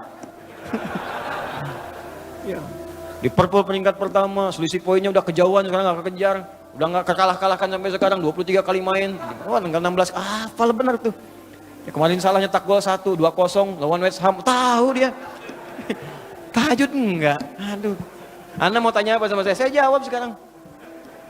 Ya, Ronaldo punya anak 4 aja saya tahu. Nonton nggak? Nggak tahu saya. Real Madrid puncak sekarang nomor 1 saya tahu karena Barcelona kalah sebelumnya walaupun kemarin menang 5-0. Saya tahu. Nonton nggak? Nggak nonton. Demi Allah saya bilang nggak nonton saya. Cuman saya kan senang baca. Apa yang bisa dilihat besok ngapain? Lihat malam-malam. Baca selesai. Ya kalau masuk di komunitas itu bisa dakwah kita. Datang sampaikan gini selesai. Balik lagi ke tahajud, pasang alarm. Bangun jam berapa sholat? Jam 3, pasang jam 2. Bikin 3 kali alarm. Jam 2, 2:04, 2:30. Kalau bisa 3 kurang 15. Alarm pertama untuk mematikan alarm kedua. Alarm kedua matikan alarm ketiga. Saya tahu modusnya pasti begitu. Makanya berjuang. Nah, kalau Anda bisa kerjakan itu, apa yang Anda raih? Asa 1, ayyab'atsaka rabbuka maqaman mahmuda. Langsung. Kata Allah saya jamin pakai asa. Asa itu kalau kata Imam As-Suyuti dalam kitabnya Al-Itqan, itu beliau katakan ini huruf taraji. Jadi sesuatu yang kalau Anda kerjakan itu asa, itu mengandung kepastian yang tinggi. Maka kalau diterjemahkan kata Allah saya jamin. Kalau Anda kerjakan tahajud dengan benar, aku akan angkat karirmu di tempat yang paling tinggi dan paling indah terpuji. Jadi kalau Anda kerja, karir naik cepat. Nggak usah pakai nyogok, nggak usah pakai macam-macam. Allah angkat sendiri. Allah lembutkan hati orang-orang sekitarnya. Kalau kuliah, tingkat paling tinggi. Ya, 2. Wa qur rabbi adkhilni mudkhala sidqin. Aku akan bimbing setiap dia mengawali pekerjaannya. Dibimbing Allah. Makanya orang yang dibimbing Allah itu terasa mudah.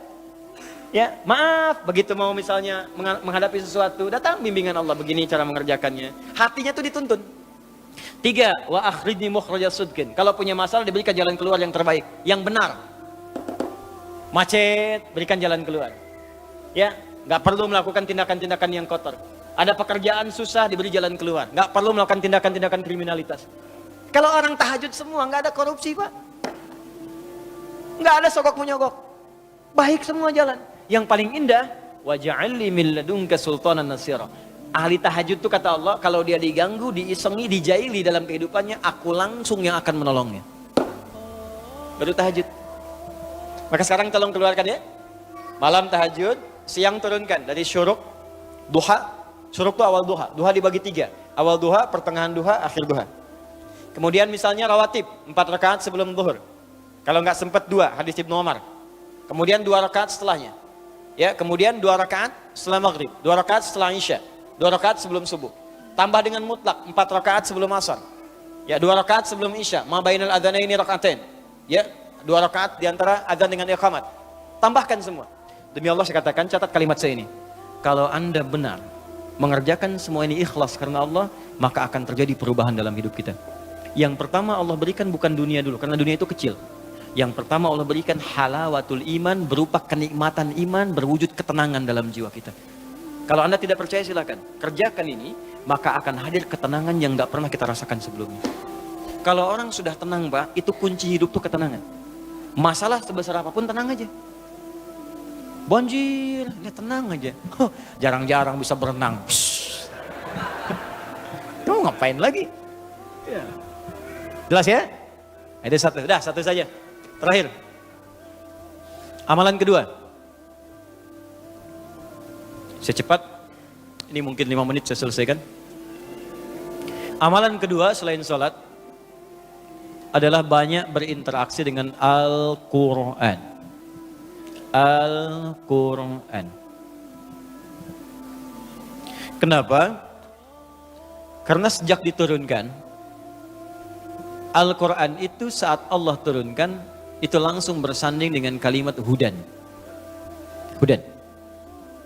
Dan setelah saya gali dalam Al-Quran, memang ternyata semua kitab itu ketika diturunkan pada setiap nabi disebutkan hudan. Nabi Musa misal. Nabi Musa itu kitabnya apa? Taurat kan? Diturunkan Taurat. Nah, fungsi Taurat itu hudan. Buka Quran surat 17 Al-Isra ayat kedua. Wa ataina Musal kitaba. Kami turunkan kepada Musa kitab namanya Taurat. Tahu dari mana Taurat? Quran surah ketiga ayat ketiga. Nazzala 'alaikal kitaba bil haqqi musaddiqan lima bayna yadayhi wa anzalat Taurat wal Injil. Taurat kepada Musa, Injil kepada Isa alaihissalam. Wa ataina Musal kitaba. Kembali ke Quran surah 17 ayat kedua. Kami turunkan kepada Musa, kami berikan Alkitab Taurat. Apa fungsi Taurat? Wa ja'alnahu hudan. Kami jadikan di Taurat itu petunjuk-petunjuk kehidupan. Untuk siapa? Li Bani Israel. Karena tugas Nabi Musa untuk Nabi Israel, Bani Israel saja. Di Nabi Musa itu terbatas tugasnya. Bukan Rasul untuk semua. Bukan Rasul untuk sedunia. Rasul untuk kelompok Bani Israel. Bani Israel banyak Rasulnya. Nabi Isa, Bani Israel. Nabi Isa itu tugasnya di titik terbatas saja.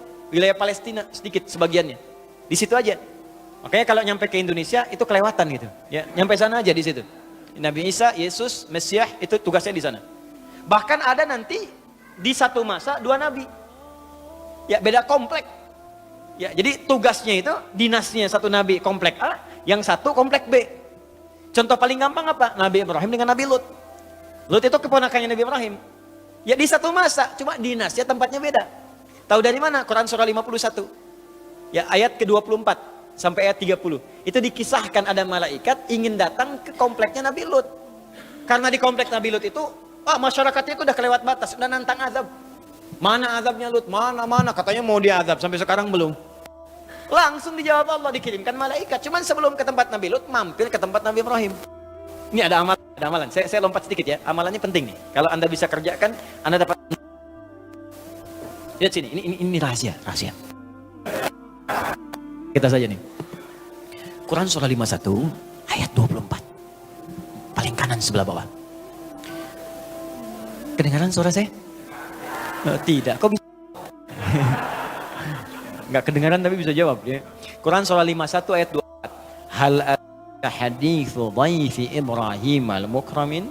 Pernahkah Anda dengar kisah tentang Nabi Ibrahim yang kedatangan tamu di pertengahan malam menjelang subuh?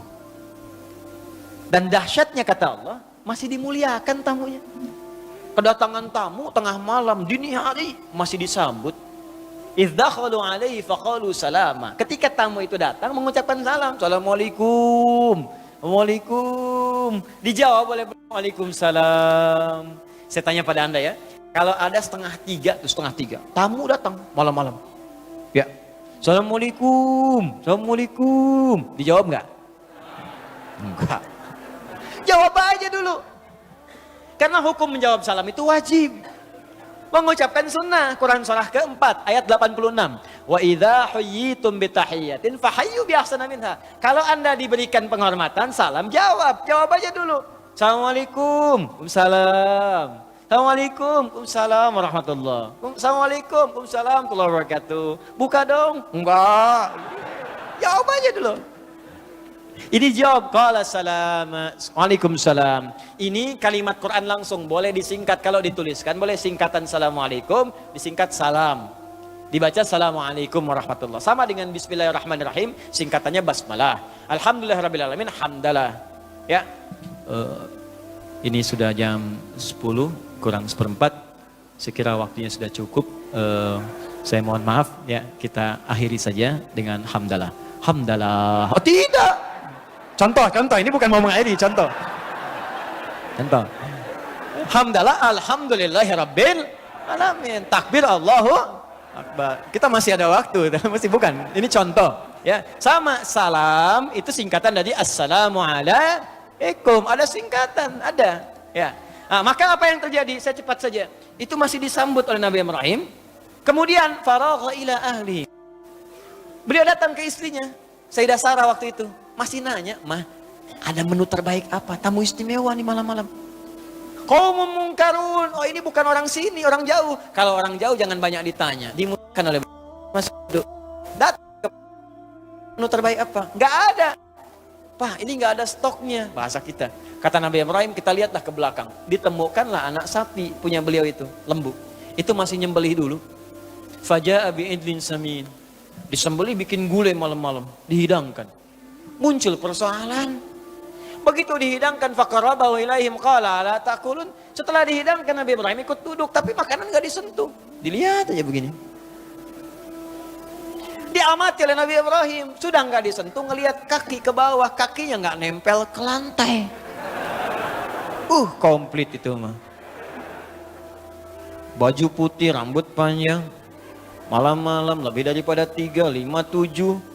Duduk di situ, kaki nggak napak ke lantai. Kalau Anda dalam posisi itu, pertanyaan saya, apa deh yang Anda lakukan pada waktu itu?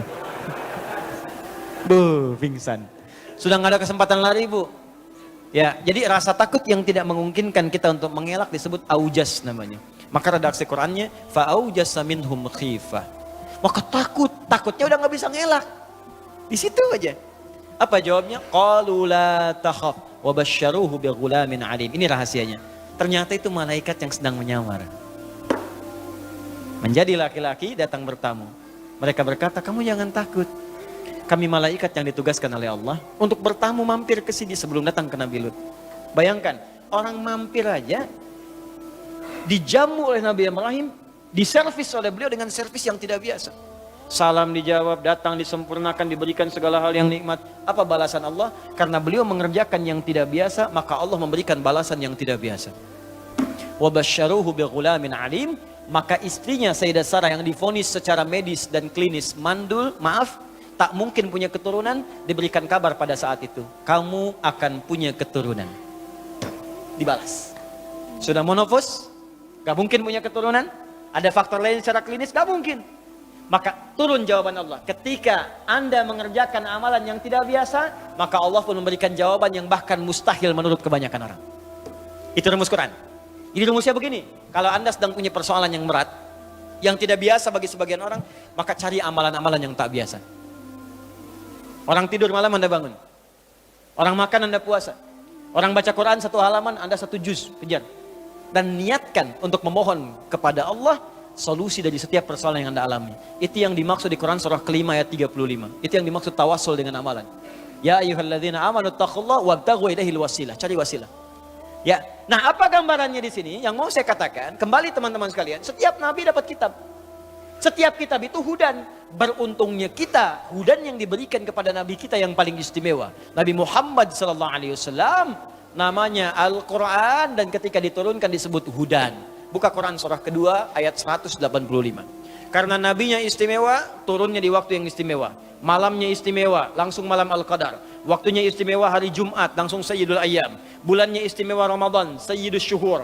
Diturunkan melalui malaikat Jibril, langsung naik status jadi Sayyidul Malaikah. Diturunkan pada Nabi Muhammad, langsung naik status jadi Sayyidul Anbiya wal Mursalin. Diturunkan di Mekah, Mekah Mubarakah. Diturunkan di Yathrib, berubah jadi Madinah Munawwarah. Saking dahsyatnya Quran, begitu turun, apa yang dahsyat di Quran sampai merubah semua jadi cahaya itu, kata Allah, perhatikan, Syahrul Ramadan alladzi unzila fihi al-Quran hudan linnas. Aku turunkan Quran di bulan Ramadan yang istimewa. Ternyata kata Allah, semua isi Quran dari Al-Fatihah sampai An-Nas itulah hudan, petunjuk hidup kita ada di situ semua. Jadi, kalau Anda ingin bahagia, ada di Quran caranya. Anda punya masalah apapun, solusinya ada di Quran. Anda ingin nikmat, ada di Quran. Cara ibadah, ada di Quran. Ya, ternyata masalah hidup kita, solusinya semua di Quran. Ada semua, Pak. Makanya saya punya keyakinan, hakul yakin. Masalah itu nggak pernah tuntas. Bukan karena kita kurang hebat. Karena Qurannya nggak pernah dibaca. Nggak dipelajari. Quran itu kan turun di jahiliyah, Pak. Sebagai penutup. Bukan di Romawi yang sudah maju. Bukan di Persia yang sudah hebat. Jahiliyah yang paling tertinggal. Semua kriminal ada di situ. Pemabuk paling dahsyat di situ ada. Orang jahiliyah, ini info aja ya. Orang jahiliyah, pemabuk pemula itu 5 kali mabuknya sehari. Pezina nggak usah ditanya. Preman komplit. Cari begal, sekampung ada semua. Tukang begal semua.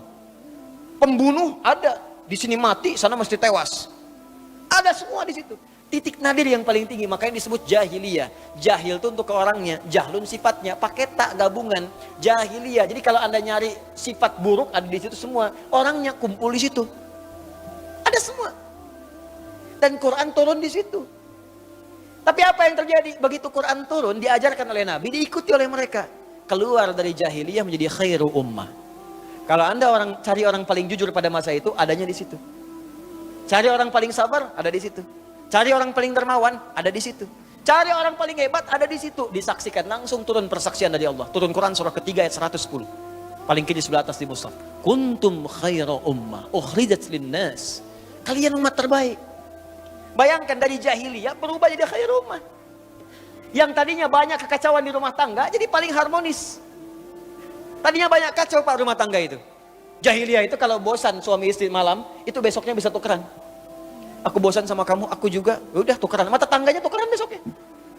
Bisa begitunya. Mabuk udah keseharian. Kalau nggak mabuk gak keren jahiliyah. Mencuri, udah profesi itu. Ya, macam-macam berubah seketika. Di khairu ummah. Karena apa? Quran. Rumah tangga kacau dirubah jadi bagus. Ali bin Abi Thalib itu, dengan Sayyidah Fatimah radhiyallahu ta'ala anhuma jami'an. Itu indahnya luar biasa. Hartanya terbatas, tapi kebahagiaannya itu unlimited. Tanpa batas. Sampai sekarang, baju yang dikenakan Sayyidah Fatimah masih terabadikan. Kalau Anda ada waktu, main ke Topkapi di Istanbul. Kalau ada waktu ya dan biaya. Lampu merah sanuan dikit tuh. Main. Itu Anda masuk gerbang, masuk, security check-in, metal detector, masuk, lewat kanan dulu, keluar, langsung kiri, lurus. Ambil jalur sebelah kiri. Lurus sebelah kiri, itu museum yang Turki Utsmani dulu, di belakangnya dikit, langsung museum untuk periode Nabi dan sahabat. Begitu Anda masuk, teman-teman sekalian, masuk dari pintu yang sebelah ujung, karena ditukar, biasanya masuk depan, keluar belakang, itu dari belakang masuk depan. Jadi begitu Anda masuk depan, belok ke kiri, langsung lihat ke sebelah kanan.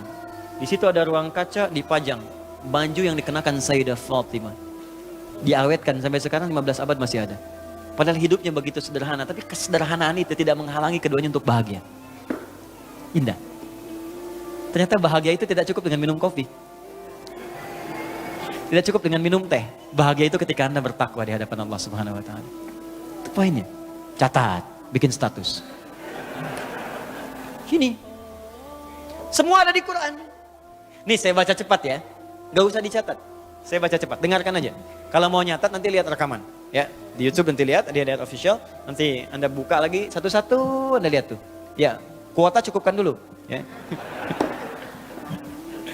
Lihat sini. Bahkan sebelum kita keluar dari rahim ibunda kita, sudah ada petunjuk. Ibu yang sedang mengandung ada petunjuknya. Kalau ingin mengetahui dan berdoa tentang kondisi janin, ada kondisi disebutkan oleh Quran surah ke-22 ayat ke-5. Doanya diatur di Quran surah ke-7 ayat 189. Minta sama Allah supaya bayi yang lahir soleh. Kemudian ketika lahir, tugas apa yang pertama dilakukan oleh seorang ibu dan ayah? Maka Allah turunkan Quran surah kedua ayat 233, paling kanan sebelah bawah. Ibu fokus berikan ASI kalau mau sempurna 2 tahun. Suami kerjakan ini. Itu sudah diatur. Begitu 2 tahun, pendidikan apa yang pertama diberikan kepada anak supaya taat kepada Allah, gampang dekat dengan orang tua dan dengan lingkungan baik. Turun Quran surah 31 ayat 13 sampai dengan 19.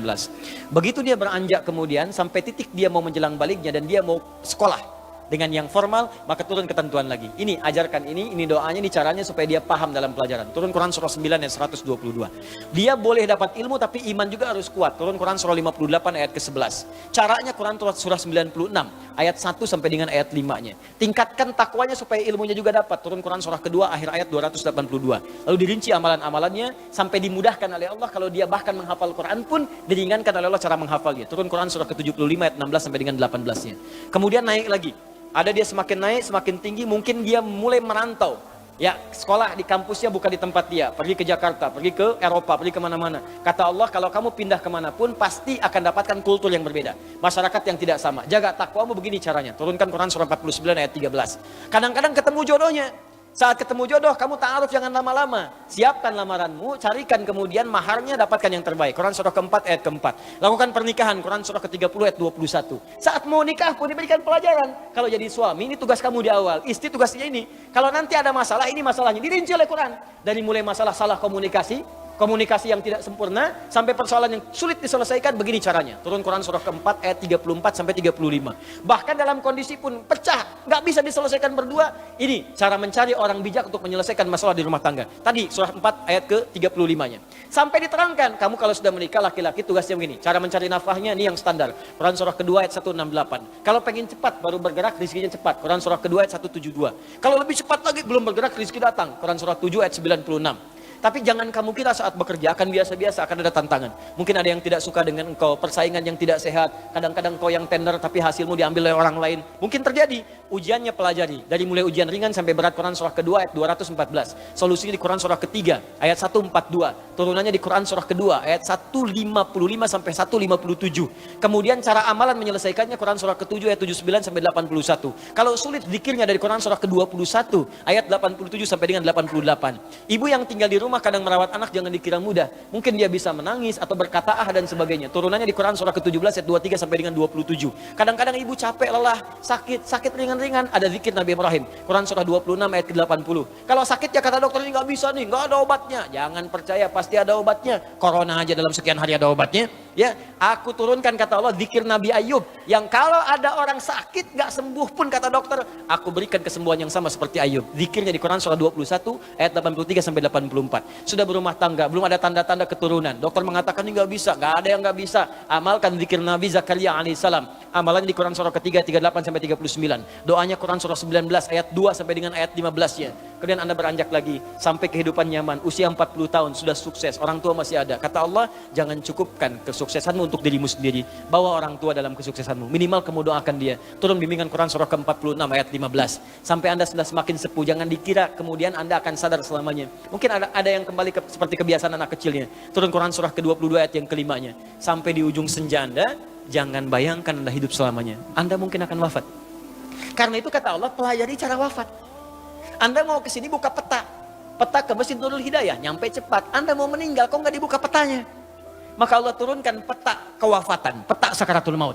Ya diturunkan caranya. Kalau ingin nikmat-nikmat, tenang, cara meninggalnya enak, buka Quran surah 89 ayat 27 sampai 30. Di situ ada cara husnul khatimah dengan panggilan ya ayatuhan nafsul mutmainnah. Kemudian kalau Anda tidak siap-siap dengan itu semua, maka resikonya tinggi. Bisa sambil dipukulin malaikat. Wah, pukul depannya, pukul belakangnya. Sampai masuk ke alam kuburnya, pelajari bagaimana persiapan ke alam kubur. Kalau ingin terang, nikmat, semua nikmat diberikan, saking gembiranya pengen mengatakan kepada keluarga tapi nggak bisa. Ayo cepat sini, di sini enak. Kalau bisa cepat nyusul ke sini. sini. Pelajari Quran surah ketiga ayat 169 sampai 172-nya. Tapi kalau Anda sembarangan dan tidak disiapkan, Allah turunkan kisah Firaun. Kalau kamu pengen seperti Firaun, aku tampakkan neraka pagi dan petang di alam kuburmu. Buka Quran surah Al-Mu'min, surah ke-40 ayat 45 sampai dengan 46-nya.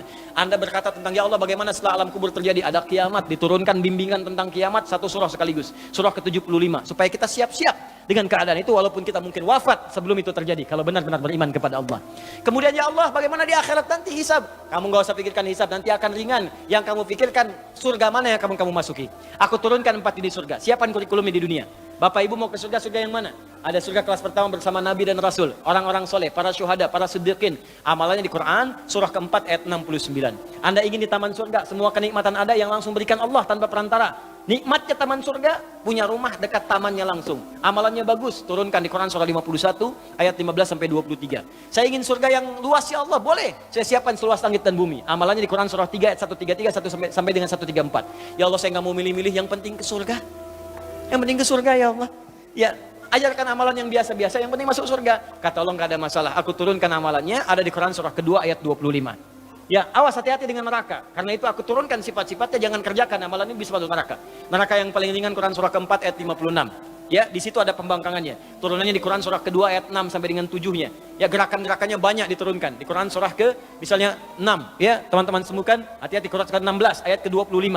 Quran surah kedua ayat 6 sampai dengan 7-nya. Turunan-turunannya muncul lagi menjadi munafik. Quran surah keempat ayat 140-nya. Hati-hati, kalau Anda lakukan itu masuk neraka jahanam. Ada semua. Apa yang enggak ada? Ada semua. Kenapa Anda enggak turunkan sekarang? Ibu, kenapa ibu nggak turunkan? Bimbingan jadi ibu Qurani. Ayat-ayat tentang ibu aja. Tentang ibu aja turunkan. Bagaimana jadi istri? Apa tugas istri? Apa tugas ibu? Apa kendala seorang ibu? Demi Allah pasti kejadian, Bu. Pasti kejadian. Tuh, benar. Pasti kejadian. Quran tuh detail sekali. Dari mulai mengandung, menyusui, lahir, sampai anak bermasalah. Ada semua. Kenapa nggak Anda keluarkan? Anda berapa tahun jadi ayah? Kenapa nggak dikeluarkan bimbingan jadi ayah? Kenapa nggak dikeluarkan bimbingan nafkah? Ada semua. Jadi kalau kita susah, yang salah bukan Allah. Allah pun sudah jawab. Di akhir ayat Quran surah kedua, akhir ayat 185. Yuridullahu bikumul yusra, wala yuridu bikumul usra. Kata Allah, Allah menginginkan semuanya mudah, bukan susah. Jadi kalau Anda hidup susah, yang salah bukan Allah. Anda sendiri yang nggak baca petunjuknya. Jangan salahkan Allah. Kenapa saya begini ya Allah? Bukan saya, Cepi, kamu yang salah. Kenapa kamu nggak baca? Aku turunkan, aku paksa bahkan. Makanya wajib itu dipaksa. Bahkan diancam dengan dosa itu. Kalau kamu kerjakan dosa, sebetulnya yang penting bukan dosanya. Yang penting itu Allah menginginkan rahmatnya. Karena rahmat Allah melebihi iqabnya. Itu poinnya. Karena itu sekarang yuk mendekat kepada Quran. Baca dulu, karena membaca itu pengantar untuk paham. Setelah itu ngaji, tilawah. Ya, jangan tinggi-tinggi dulu Pak, jangan tinggi-tinggi. Yang kita kerjakan di harian. Antum apa nih aktivitasnya? Pebisnis, keluarkan ayat bisnis. Buka hadisnya. Antum di birokrasi, keluarkan ayat birokrasi. Ada kok ayat pemerintahan. Diplomasi ada, makanya diplomat kita ulung semua. Ya, Amr bin As itu dari Afrika Utara, dari Mesir ke Syam. Diplomasi jalan itu, diplomasi ekspedisi itu. Itu muslim semua setelah itu, maju semua. Silahkan cek sekarang. Mesir, Libya, Tunisia, Maroko, Aljazair, sampai ke Syam. Ya, Jordania, Palestina, Syria, Libanon, muslim semua. Bukan karena muslim, ya maju juga pada saat itu.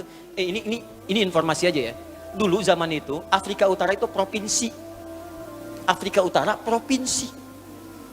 Sampai ke masa gubernurnya Musa bin Nusir, jenderalnya Tariq bin Ziyad. Yaman provinsi.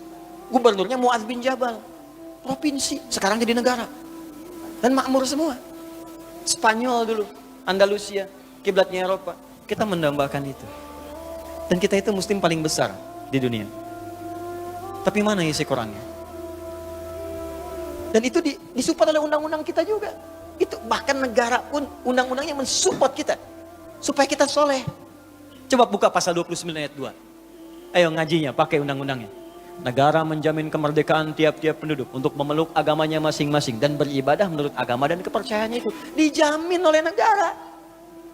Makanya kita ngaji, ini kan ibadah, negara menjamin kita ngaji. Baca Quran dijamin, sholat dijamin. Makanya negara bikin depag. Depag itu kalau Anda lihat sejarahnya, Kemenag itu apresiasi negara kepada umat Islam, dibikinlah depag. Buka sejarahnya. Karena kita toleran, Bukan cuma Islam saja, ada saudara-saudara kita sebangsa di sini. Ada yang Kristen, ada yang Hindu, yang Buddha, maka dibikin kemudian divisi-divisi di situ. Ya, dirjennya ini, ininya ini, ada bagian direktorat yang Muslim, direktorat yang Kristen, yang Hindu, yang Buddha, supaya kita bisa sebangsa setelah akhir berhubungan dengan baik, toleransi yang paling indah. Tapi keislaman kita dijamin, dan kita pun gak boleh ganggu saudara kita yang lain. Jadi jangan ganggu, kalau ada orang mau ibadah ke gereja, biarkan. Ya, di pura biarkan. Hormati mereka. Lakum dinukum waliyadin, tapi menghormati itu juga tidak harus ikut-ikutan. Wah, ini orang lagi ibadah kok azan di gereja yang gak nyambung. Hormati, kita pun menghormati, dan disitulah hidup bertoleransi yang paling indah. Jadi itu Bapak Ibu sekalian, kalau ingin mendapatkan itu semua, maka mendekatlah kepada Allah dengan banyak menunaikan salat, kemudian banyak bertilawah Al-Quran. Ya,